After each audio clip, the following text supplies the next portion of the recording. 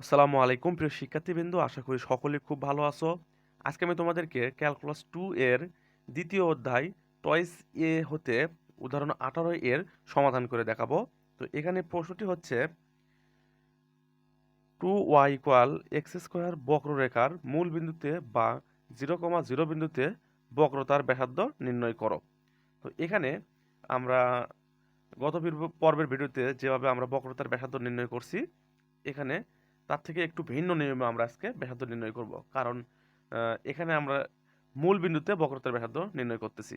ঠিক আছে, তো মূল বিন্দুতে বক্রতার ব্যাসার্ধ নির্ণয় করার জন্য আমাদেরকে ভিন্ন পদ্ধতি অবলম্বন করতে হয়। অর্থাৎ দেখো, এই সূত্রটা আমি তোমাদেরকে দেখাচ্ছি। এখানে বলা হয়েছে, দেখো, y equal F of x সমীকরণের ক্ষেত্রে মূল বিন্দুতে বক্রতার ব্যাসার্ধ নির্ণয়ের সূত্র বিস্তার পদ্ধতিতে। ঠিক আছে, আমরা বিস্তার পদ্ধতিতে এটা সূত্রটা পাই। তাহলে এখানে কি হলো, মূল বিন্দুতে। ঠিক আছে, লক্ষ্য করো, এখানে লক্ষ্য করার বিষয় হচ্ছে এটা মূল বিন্দুতে। তো এখানেও কিন্তু দেখো মূল বিন্দুতে বলা হয়েছে। ঠিক আছে, মূল বিন্দুর ক্ষেত্রে আমরা এটা কি করব, রো ইকুয়াল, এটা আমরা মডুলাসের মধ্যে রাখছি।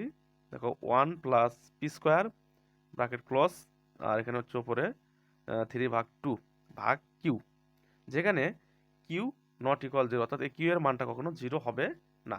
তো দেখো এখানে আমরা y ইকুয়াল টু এখানে পাচ্ছি হচ্ছে y equal to P x plus Q x square ভাগ 2 factorial plus dot dot dot এরকমভাবে আরও চলতে থাকবে। ঠিক আছে, দেখো, আর পি এবং কিউটা কি আসলে, এখানে এই যে আমি সূত্র পি এবং কিউ লিখছি, এগুলো কি?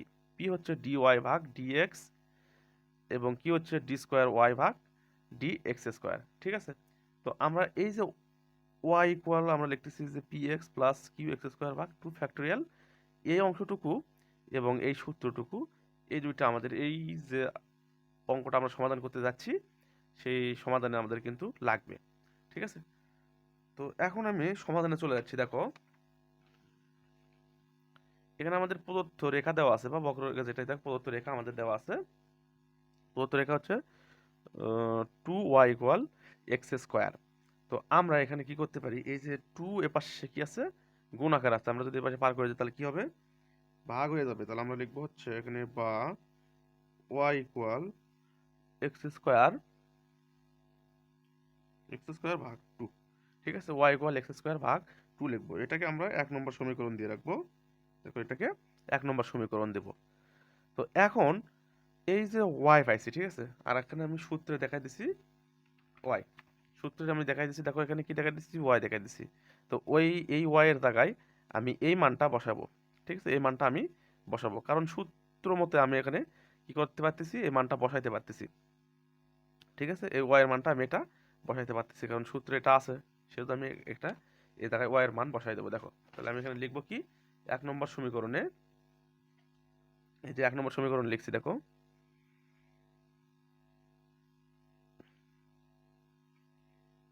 1 নং সমীকরণে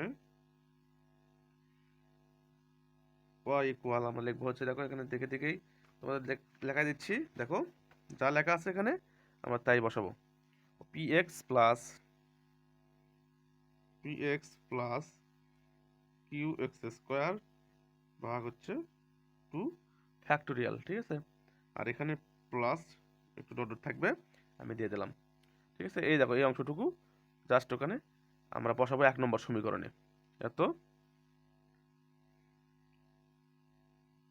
বসাই। ঠিক আছে, তাহলে আমরা 1 নম্বর সমীকরণে এই মানটা বসাই দেবো। এটা 1 নম্বর সমীকরণ, তাহলে মানটা বসাই দেবো, বা 1 নম্বর সমীকরণ দেখো এটা P x plus Q x square ভাগ 2 factorial plus dot dot dot dot. আর এখানে আমরা এখন কি করব, দেখো, যে অংশটুকু যেটা আছে এটা আমরা এটা এখানে লিখে দেবো, এক্স স্কোয়ার ভাগ 2। ঠিক আছে, আশা করি এতটুকু সবাই বুঝতে পারছো। যদি এতটুকু বুঝে থাকো তাহলে কিন্তু আর তেমন কোনো সমস্যা এখানে নেই। তাহলে আমরা দেখো উভয় পক্ষ হতে এক্স এবং এক্স স্কোয়ারের সহগটা সমীকৃত করব। ঠিক আছে, এক্স এবং এক্স স্কোয়ারের সহগ সমীকৃত করব।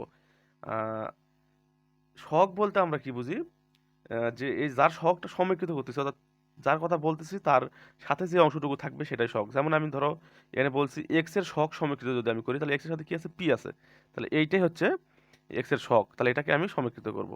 ঠিক আছে, এখন লক্ষ্য করো এই সমীকরণের যেটা আছে, এই সমীকরণের উভয় পক্ষ হতে আমি কিন্তু সহগগুলো সমীকৃত করব। দেখো আমি আগে লিখি, সমীকরণের উভয় পক্ষ হতে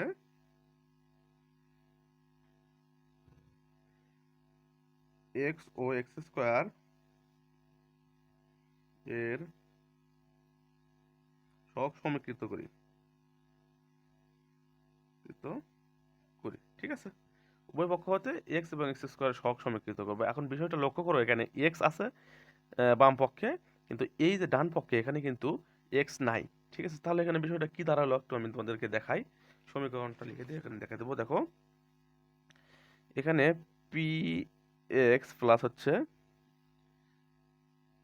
কিউ এক্স স্কোয়ার ভাগ টু ফ্যাক্টোরিয়াল, মান কিন্তু আসলে টুই হয়। ঠিক আছে, প্লাস ডট ডট ডট, আর এখানে হচ্ছে আমাদের আছে কি,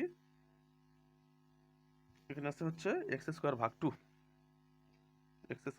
টু, আছে এখানে। ঠিক আছে, তো এই লাইন থেকে আমরা একটু সাজাবো তোমাদেরকে বোঝানোর জন্য, বা P x plus Q x square ভাগ two factorial plus dot dot dot, এখানে থাকবে দেখো তো, আমরা এই যে এক্স এর একটা মান এখানে নিয়ে আসবো, 0.x প্লাস এক্স স্কোয়ার ভাগ টু, তাহলে কিন্তু এইখানে আমি কিন্তু এক্স এর মান পাইছি। এখন যদি এখানে এই দুইটার থেকে এক্স এর সহগ সমীকৃত করি, তাহলে কি হবে দেখো তো, এখানে এক্স এর সহগ কি 0, আর এখানে এক্স এর সহগ পি, তাহলে আমরা লিখতে পারি অবশ্যই পি ইকুয়াল 0। ঠিক আছে, এবং এক্স এর স্কোয়ারে যখন সহগ সমীকৃত করব, এই যে এটা এই অংশ থেকে এক্স স্কোয়ারের সহগ সমীকৃত করব, তো দেখো এখানে তাহলে কি করব, এক্স এর সাথে কি আছে, কিউ ভাগ টু আছে, এক্স স্কোয়ার বাদ দে আর পাচ্ছি হচ্ছে কিউ ভাগ টু, তাহলে আমি এখানে লিখতে পারি কিউ ভাগ টু ইকুয়াল, এই পাশে কি আছে, এক্স স্কোয়ার বাদ দিয়ে কি শুধুমাত্র হাফ না, শুধুমাত্র হাফ আছে। তো এখানে যদি আমি ওই পক্ষ থেকে টুটা আউট করে দিই, তাহলে লিখতে পারবো হচ্ছে কিউ ইকুয়াল 1। ঠিক আছে, তো এরকম ভাবে আমি এখানে সহগটা সমীকৃত করে নেব। দেখো তাহলে এই সমীকরণটা দেখো, তাহলে এখানে কি হবে, পি এর মান আমরা কি পাইলাম, এখানে পি ইকুয়াল 0 পাইছি, কারণ এর পাশে এক্স এক্স নাই। তাহলে আমরা লিখবো এখানে পি ইকুয়াল 0, এবং কিউ ভাগ টু ইকুয়াল আমরা এই পাশে পাচ্ছি হচ্ছে হাফ। ঠিক আছে, অতএব কিউ ইকুয়াল 1। ঠিক আছে, কিউ ইকুয়াল 1। আমরা তাহলে যে সমীকরণ এখানে দেখলাম, সমীকরণে কিন্তু পি এবং কিউ চাচ্ছিল, যেটা মান আমরা বের করে নিয়ে আসতে পারছি। এই দেখো এখানে এই যে এটা হচ্ছে বক্রতার ব্যাসার্ধের যে সূত্র, সেই সূত্র এটা। তো এখানে দেখো পি আছে, পি এর মান আমরা বার করছি, কিউ আছে, কিউ এর মান আমরা বের করছি। তাহলে এই সমীকরণে আমি এই মানগুলো ইনপুট করে দিলেই কিন্তু আমার বক্রতার ব্যাসার্ধ বের হয়ে আসবে। তাহলে আমরা এখানে লিখবো অতএব বক্রতার ব্যাসার্ধ, বক্রতার ব্যাসার্ধ বক্রতার ব্যাসার্ধ রো ইকুয়াল, আমরা এখানে লিখছি কি, মডুলাস 1 প্লাস পি স্কোয়ার, এরপর হচ্ছে 3/2, আর নিচে হচ্ছে কিউ। ঠিক আছে, এতটুকু। দেখো আমি সূত্রটা লিখে দিয়েছিলাম যেটা, তাহলে আমাদের লেখা ঠিক আছে না, যেভাবে এখানে লেখা আছে আমরা সেভাবে এটা কিন্তু লিখে দিছি। এখন মানটা শুধুমাত্র এখানে বসাবো। লক্ষ্য করো এখানে 1 আছে, 1 দিলাম। পির মান কি দেখো তো, পির মানটা হচ্ছে 0, তাহলে পির মান যদি আমি 0 বসাই, এখানে 0 বসাই দিলাম, তার উপরে আছে 3/2 বসাই দিলাম। আর কিউ এর মান কি, কিউ এর মান এখানে 1। ঠিক আছে, মানটা আমি জাস্ট এখানে বসাই দিলাম, পি এবং কিউ এর মান বসাই দিলাম। এখন লক্ষ্য করো 1 আর 0 যোগ করলে কি হবে, 1 আর 0 যোগ করলে 1ই হবে।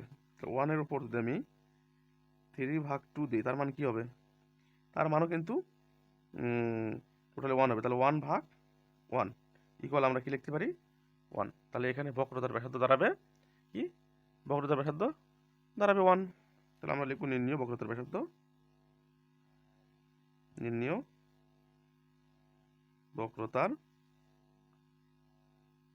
ব্যাসার্ধ সমান 1। এখানে রো দিতে পারো, রো সমান 1। ঠিক আছে, তো আশা করি সবাই বুঝতে পারছো এই সমাধানটুকু। তারপরে যদি কারো কোনো সমস্যা থেকে থাকে কোনো জায়গায়, কমেন্ট করে জানাই দেবা। আমি চেষ্টা করব আরো সহজভাবে কিভাবে তোমাদেরকে বুঝে দেওয়া যায়। তো এটা সবাই প্র্যাকটিস করবা। ধন্যবাদ।